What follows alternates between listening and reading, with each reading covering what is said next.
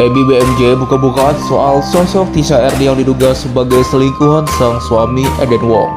Emi membeberkan soal Tisha ternyata tak memakai nama asli ketika bekerja sebagai asisten pribadi Eden.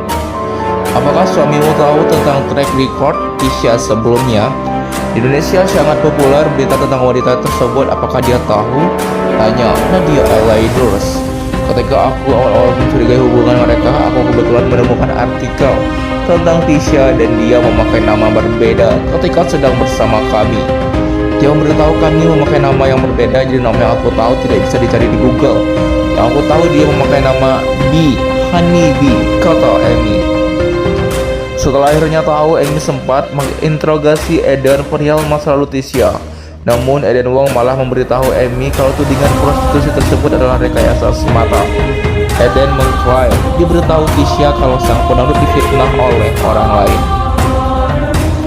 Tapi tahukah kamu udah punya track record sebagai pelacur? Tanya Nadia. Ya, itulah yang aku temukan di artikel berita dan ketika aku tahu aku shock. Jadi aku bertanya pada dia, Eden, apakah kamu tahu soal ini? Tisha terseret kasus prostitusi. Eden Wong bilang itu adalah masa lalunya dan Eden Wong bilang kalau itu merupakan rekayasa. Tisha dijadikan kambing hitam dalam kasus prostitusi. Dia berpartisipasi dalam kompetisi menyanyi dan rivalnya yang menjebaknya. Dan ada pasangan selebriti. Eden bilang kalau pria tersebut pacar dari Tisha, bukan Eden. Jadi Eden bilang semua yang ada di berita itu tidak benar. Jadi Eden sudah tahu semuanya. Mungkin ini cinta sejati antara Eden Wong dan Tisha Erni. Kami pun heran karena Eden bisa percaya itu sepenuhnya pada Tisha. Aku sangat bingung karena dia adalah seorang pria yang punya posisi tinggi di perusahaan internasional. Jika ada memperkerjakan orang dengan masa lalu seperti itu dan menjadikan sebagai PA, aku khawatir dengan reputasinya. Dia bilang kalau Tisha Erni tidak terlalu terkenal, jadi orang tidak akan mengenalinya, seru Emi.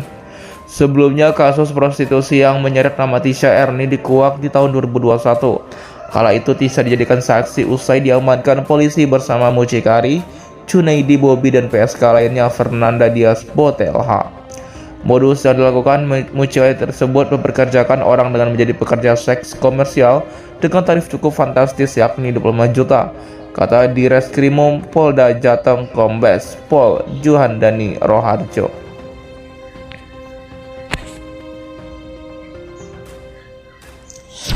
Sementara itu perihal laporan Emi terhadap Tisha Erni, polisi telah menjadwalkan Emi sebagai pelapor untuk dimintai keterangan.